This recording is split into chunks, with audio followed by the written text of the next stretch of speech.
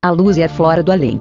Alguns espíritos me disseram que as almas sumamente perfeitas e que já se tornaram executores dos decretos do Altíssimo auxiliam seres rudimentares do reino mineral e vegetal, ajudando-os na organização de suas formas, dos seus pensamentos formosos e sábios, que elas saturam de elementos de astralidade, favorecendo assim o embrião espiritual em suas manifestações iniciais. Pensamentos que orientam a formação de cristais e de flores. Como poderia descrever a serenidade e a paz que se desfruta num ambiente feliz de erraticidade? Não há vocábulos ou arroubos de imaginação para fazê-lo com fidelidade. Foi aí que encontrei afetos acrisolados e reconheci as amizades que desafiam o tempo e a morte, nesses locais onde existem ainda os reflexos da vida planetária, onde o espírito adquire novas forças para a luta interminável no progresso universal. Afetos que desafiam o tempo e a morte.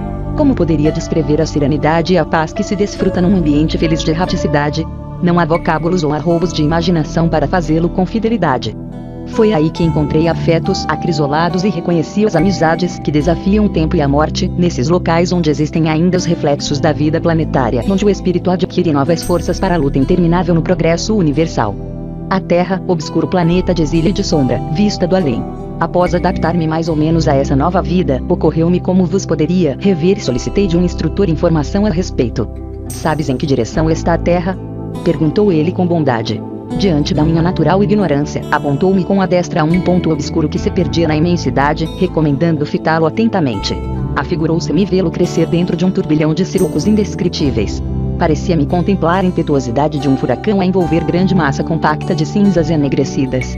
Tomada de inusitado receio, desviei o olhar, porém, o meu solícito guia exclamou com brandura: lá está a Terra com seus contrastes destruidores. Os ventos de iniquidade varem-na de polo a polo, entre os brados angustiosos dos seres que se debatem na aflição e no morticínio. O que viste é o efeito das vibrações antagônicas emitidas pela humanidade atormentada nas calamidades da guerra.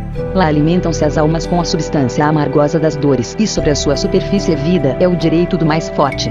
Triste existência dessas criaturas que se trucidam mutuamente para viver. São comuns, ali, as chacinas, a fome, a epidemia, a viuvez, a orfandade que aqui não conhecemos. Obscuro planeta de exílio e de sombra. Entretanto, no universo, poucos lugares abrigarão tanto orgulho e tanto egoísmo. Por tal motivo é que esse mundo necessita de golpes violentos e rudes. Busca ver naquelas regiões ensanguentadas o local em que estiveste. Pensa nos que lá deixaste, cheio de amargurosa saudade. Deus permite eu te auxílio. O regresso espiritual ao lar terreno. Delineei, então, na mente, tudo quanto se relacionava com a minha derradeira existência. Primeiramente, vi-me à margem de uma encantadora paisagem marítima, avistando um caminho longo, através do qual fui impelida a seguir. Sentia-me na posse das faculdades volitivas, que obtivera com o meu desprendimento da vida carnal, e, numa fração infinitésima de tempo, estava ao vosso lado. Ah! Como vos abracei a todos, emocionada e recolhida. Como achei pequenino o nosso antigo lar, e como me penalizou o quadro das vossas dores e dificuldades. Chorei amargamente, vendo a miséria do mundo, que vos compele ao sofrimento e a uma batalha sem tréguas. Então misturei, com a prece dos encarnados, sofredores e aflitos, a oração de minha alma amedrontada, rogando ao Pai Celestial que vos fortificasse na luta redentora, onde, ao lado dos inúmeros prantos e das alegrias mascaradas, esvoaça o bando das mil tentações que assediam os espíritos no ambiente obscuro da vida carnal, obrigando-os ao esquecimento de seus deveres e de suas austeras obrigações morais. Os desencarnados na guerra. A grande dificuldade dos desencarnados, para se fazerem compreendidos no tocante às modalidades da nova existência com todos os seus pormenores, reside justamente na ausência de termos comparativos falta-lhes, em se manifestando nesse sentido, a lei analógica a fim de que se possa assimilar devidamente o que digam. Para darmos a ideia do que seja a nossa vida e os detalhes da nossa habitação, muitas vezes é preciso que recorramos às imagens que a Terra nos oferece, a tudo quanto o homem, em sua situação temporária, tem guardado na retina. Construções e ambientes de transição que lembram os da Terra. Nos planos adjacentes ao mundo, contudo, a vida espiritual transcorre em ambiente semelhante ao da vida terrena. Suas construções, à base de uma substância para vos desconhecida, têm, mais ou menos, as disposições que aí se observam. Todavia, nas menores coisas, há um caráter de transição, obrigando o espírito a elevar suas aspirações e seus interesses para o alto.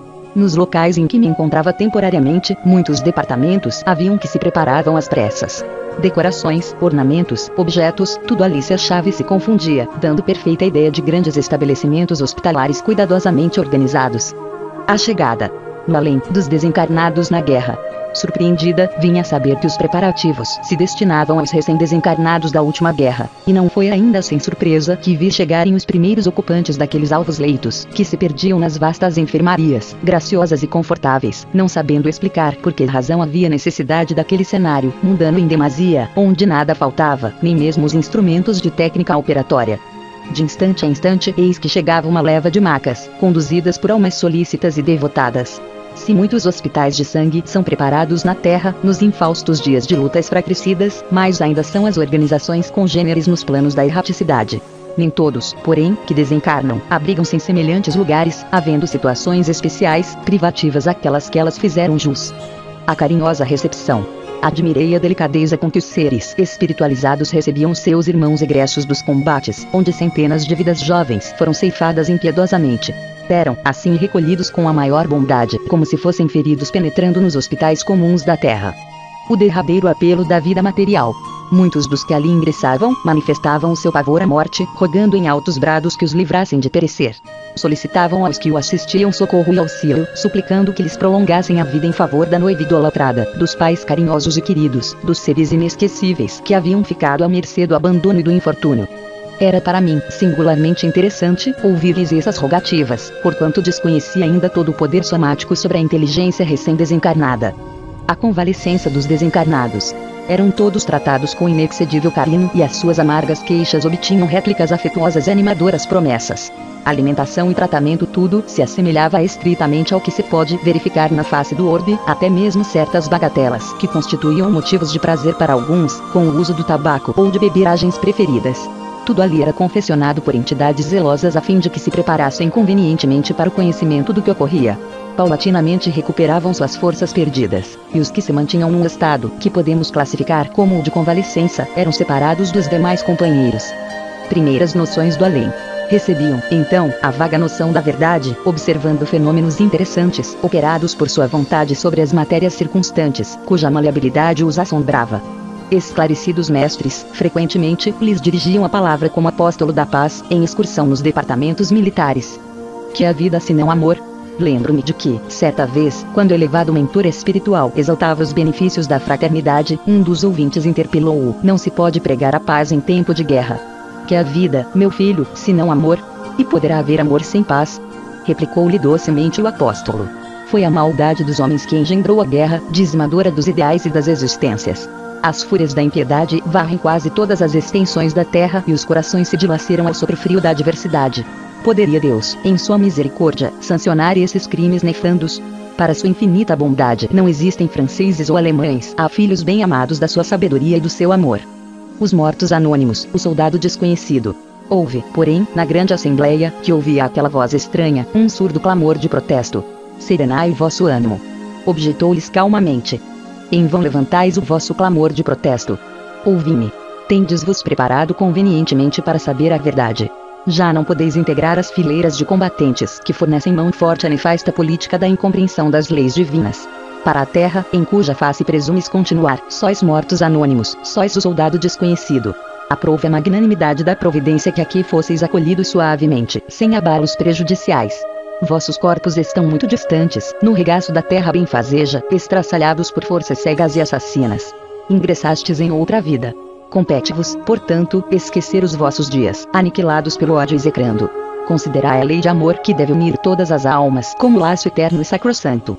Glorificação do espírito imortal. Então, como se estivesse em ação um misterioso poder, a atmosfera transmutou-se, afigurando-me ter-se rasgado grande nuvem. Uma paisagem maravilhosa desenhou-se na imensidade. Muitas mães estendiam seus braços amorosos aos filhos sempre lembrados. Muitos seres caros, chorando de emoção e alegria, vinham ao encontro daqueles corações tomados de espanto e de receio. Uma estrada florida desdobrou-se sobre as nossas cabeças e um hino vibrante se ouviu nas vibrações do éter. Era a glorificação de ventura do espírito imortal, onde haviam sonoridades indescritíveis. Ó Senhor do Universo, vós, que criaste todas as coisas, concedeste-lhes a beleza da imortalidade. Sede bendito por todos os séculos dos séculos, pela dor que nos redimiu e nos lavou todas as culpas, pelas lutas onde adquirimos experiência e denodo moral, pelo vosso amor intraduzível que nos legou todas as felicidades imorredoras. Como é grande, Senhor, o júbilo do nosso último dia na terra, se só em vos buscávamos amparo e consolação, repouso e fortaleza, carinho e devoção.